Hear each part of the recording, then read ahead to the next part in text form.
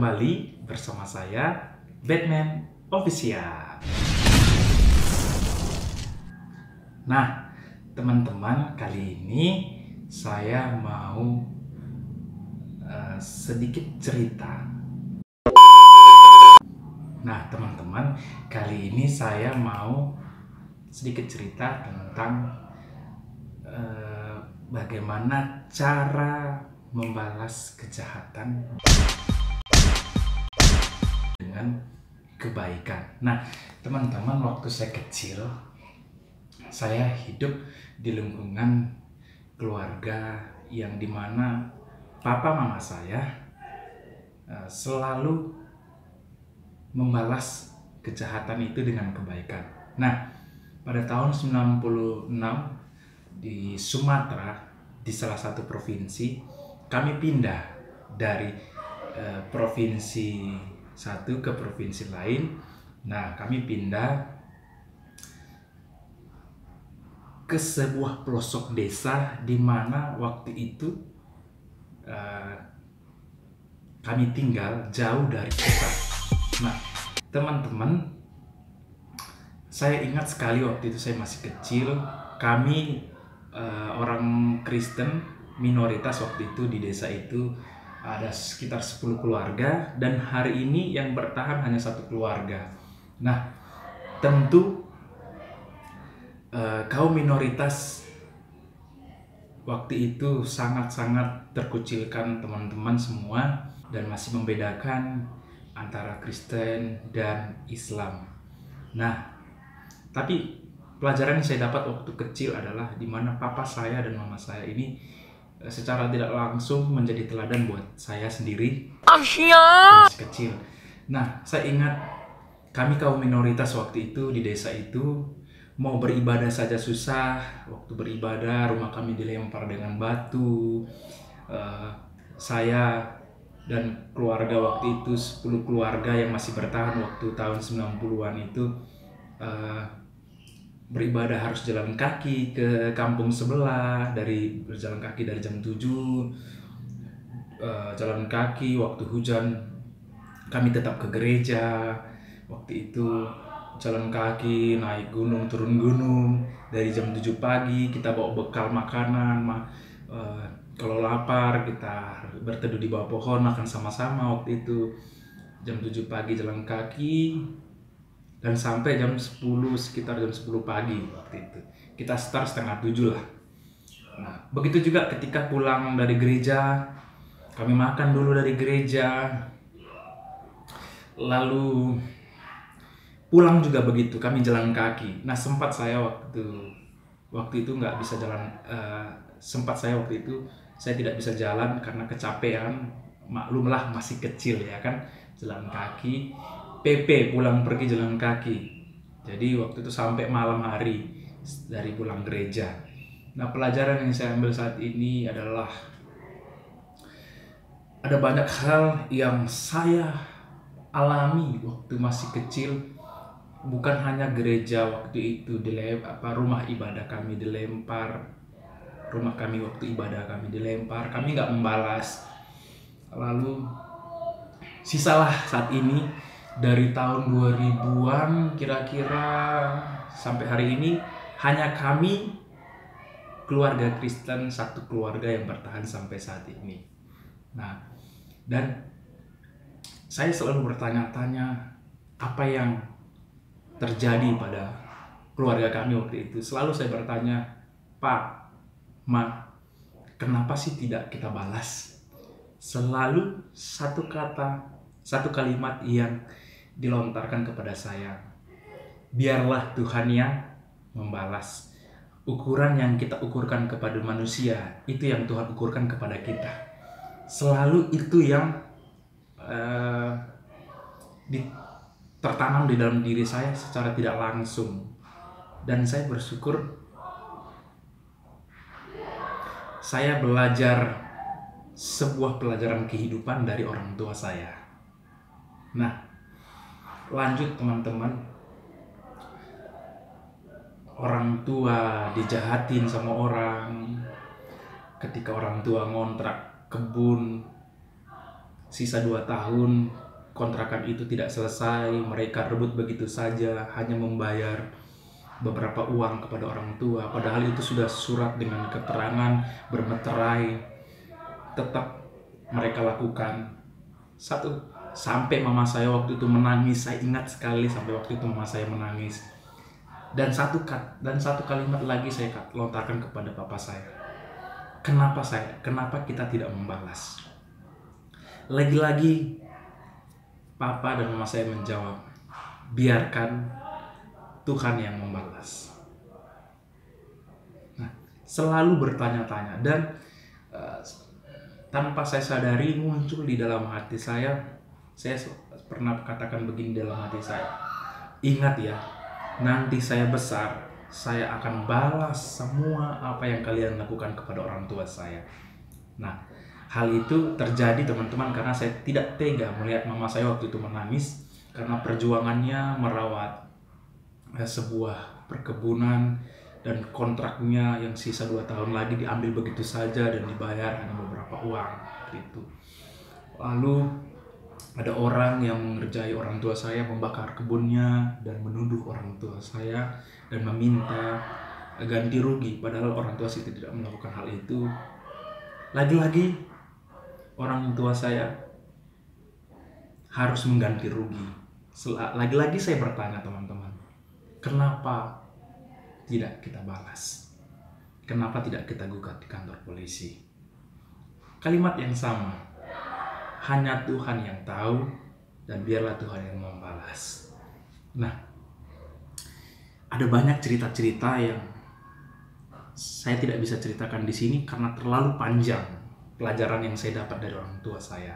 Nah, di dalam diri saya di sekolah tertanam yang namanya pelajaran-pelajaran mengenai Pancasila, cinta akan Indonesia, pelajaran-pelajaran budi pekerti, tidak membedakan satu sama lain walaupun berbeda agama begitu. Nah, sampai saat ini kami hanya satu keluarga yang bertahan, keluarga Kristen yang bertahan, dan tidak pernah sampai saat ini orang tua saya diganggu lagi sama orang lain. Kalaupun ada, Tuhan yang melindungi. Nah, teman-teman, mungkin mereka takut kami akan mengkristenkan mereka. Tapi dari tahun 1996 sampai tahun ini 2020, kami tidak ada mengkristenkan siapa-siapa. Kami hanya hidup seperti masyarakat biasa. Ketika kami harus memberi berkat kami yang lebih kepada orang lain, kami pasti memberi. Begitu. Dan pelajaran yang selanjutnya teman-teman, saya ingat waktu itu pendapatan orang tua kami hanya pas-pasan menghidupi 4 orang anaknya, semuanya sekolah. Di dalam kekurangan itu ada orang yang kesulitan, orang tua saya tetap mau memberi. Lagi-lagi saya bertanya, mengapa mama papa lakukan itu? Hidup dan mati kita ditentukan oleh Tuhan. Berkat ini hanya titipan, dan mereka juga berhak menerima. Kalau kita memberi, Tuhan pasti memelihara hidup kita. Satu hal, pelajaran kehidupan yang saya dapat dari orang tua, bahwa jangan membalas kejahatan dengan kejahatan, teman-teman semua. Dan yang kedua, pelajaran yang saya dapat adalah begini, mengasihi sesama kita yang berbuat baik kepada kita, itu hal yang biasa. Yang saya dapatkan adalah mengasihi orang yang berbuat jahat kepada kita, itu yang harus kita lakukan. Nah, itu sangat sulit teman-teman semua. Kenapa? Sangat sulit loh. Gini, ibarat iklan, lo yang salah kok lo yang galak gitu ya. Lo yang salah, yang lo yang galak. Nah, ada iklan seperti itu. Masakan saya harus berbuat baik kepada orang yang tidak baik? Kalau kita mengasihi orang yang baik itu udah biasa.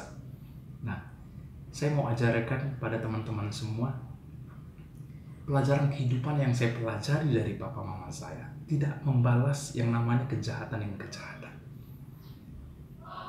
Mengasihi kepada orang yang tidak mengasihi kita. Nah, saya dari pelajaran kehidupan ini, saya mau challenge diri saya, teman-teman. Saya mau challenge diri saya sendiri. Saya mau berbagi kasih kepada orang yang membenci saya. Begitu. Kepada orang yang jujur, secara manusiawi saya mau marah gitu ya. Saya mau challenge diri saya dari pelajaran cerita kehidupan semasa kecil yang saya alami kedua orang tua, dari orang tua saya. Ada begitu banyak kejahatan, mereka tidak membalas. Ada perlakuan yang begitu tidak baik, tapi orang tua saya tidak membalas. Nah, saya mau challenge diri saya mau berbagi kasih kepada orang yang menurut saya ini orang harus dibenci. Menurut saya orang ini harus saya balas. Karena apa? Itu pantas untuk dia. Tapi saya mendapat pelajaran, kasihilah musuhmu. Nah, teman-teman, bagaimana cara mengasihi musuh kita? Sedangkan dia udah berbuat yang tidak baik kepada kita. Bagaimana caranya? Saya mau challenge diri saya. Satu caranya, teman-teman, yaitu terapkan hukum kasih di dalam hati kita agar kita sanggup melakukan apa yang seharusnya kita tidak lakukan. Nah, hukum kasih itulah yang utama di dalam diri sini, di dalam hati sini. Kalau tidak ada hukum kasih, maka kita tidak akan mampu melakukannya, teman-teman. Bagaimana kita mengasihi orang yang berbuat tidak baik kepada kita? Bagaimana mengasihi orang yang kita anggap musuh kita? Caranya adalah hukum kasih. Nah, di sini teman-teman, saya tidak punya banyak uang. Saya tidak ada uang karena beberapa bulan ini saya tidak kerja. Saya udah berusaha cari kerja karena pandemi ini, jadi tidak ada pekerjaan yang menerima saya. Nah, saya mau challenge diri saya, mau memberikan sembako. Saya hanya mampu satu keluarga saja karena kebetulan saya berkat sembako, dan sebelum saya dapatkan ini dari hati saya sudah niat. Saya mau challenge diri saya mau berbagi kepada satu keluarga yang saya anggap itu sebenarnya musuh saya. Tapi karena hukum kasih itu ngajarin saya mengasihi musuh. Apakah ini mereka terima, saya tidak tahu. Yang penting dari dalam hati saya tulus memberikan sembako ini kepada keluarga tersebut. Nah, harapan saya sembako ini mereka terima dengan baik, dan saya juga tidak berharap mereka melakukan suatu hal atau membalas sesuatu hal lagi kepada saya tidak berharap begitu. Saya mau hanya challenge diri saya memberi kepada orang yang dianggap musuh. Begitu. Jadi, nah, sembakonya seperti ini. Ada telur. Oke.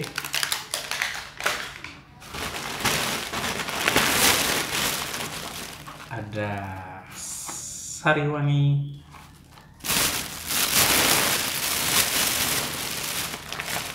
Ada gula.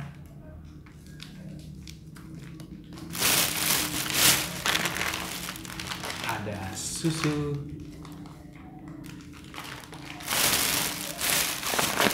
Ada minyak goreng. Dan yang terakhir ada beras 5 kilo. Nah, semoga berkat yang saya dapatkan ini dan saya berikan kepada keluarga tersebut ini boleh jadi berkat bagi mereka. Hati mereka ke kami, saya tidak tahu. Yang penting dari dalam hati saya sudah tulus memberikan ini. Kiranya video ini boleh jadi berkat buat teman-teman semua yang ada di manapun berada, menjadi berkat bagi semua. Kita mengasihi sesama kita, bukan hanya yang berbuat baik kepada kita, tapi juga yang menjadi musuh kita, kita harus mengasihi mereka. Susah memang melakukannya, tetapi biarlah hukum kasih terdapat dalam diri kita, dalam hati kita. Kalau kita mengasihi sesama kita dengan tulus hati, Tuhan tidak akan membiarkan kita, Tuhan akan melindungi kita, akan memelihara kita, akan membuat musuh-musuh kita tidak akan melukai kita. Karena apa? Karena kita belajar mengasihi musuh kita. Biarlah kiranya Tuhan yang berperkara dan kita tidak mengukurkan ukuran kita kepada manusia. Biarlah Tuhan yang menghakimi manusia. Biarlah Tuhan yang melakukan bagiannya, yaitu untuk menghakimi setiap manusia, bukan kita. Bagian kita adalah melakukan yang terbaik semasa hidup kita. Kasihilah sesama manusia, bukan hanya mengasihi manusia yang baik saja, tapi apa yang menjadi musuh kita. Nah, demikian video ini. Jangan lupa subscribe, like, komen. Kalau menurut Anda ini penting, silakan bagikan. Dan jangan lupa tonton sampai habis. Kiranya challenge ini juga teman-teman dapat lakukan. Dan see you. A few moments later.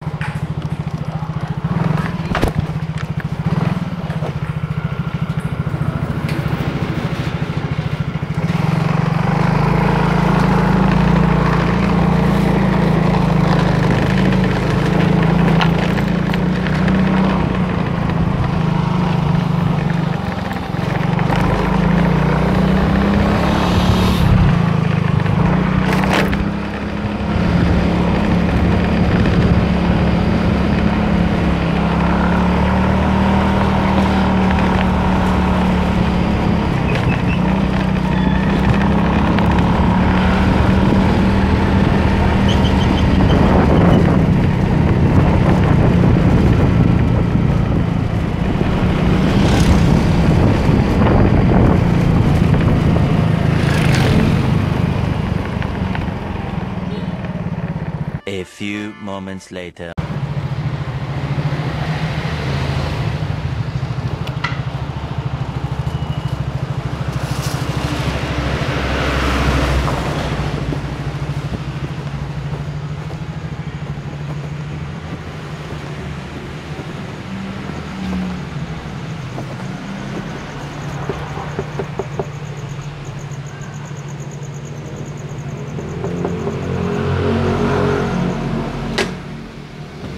Ada berkat sembako.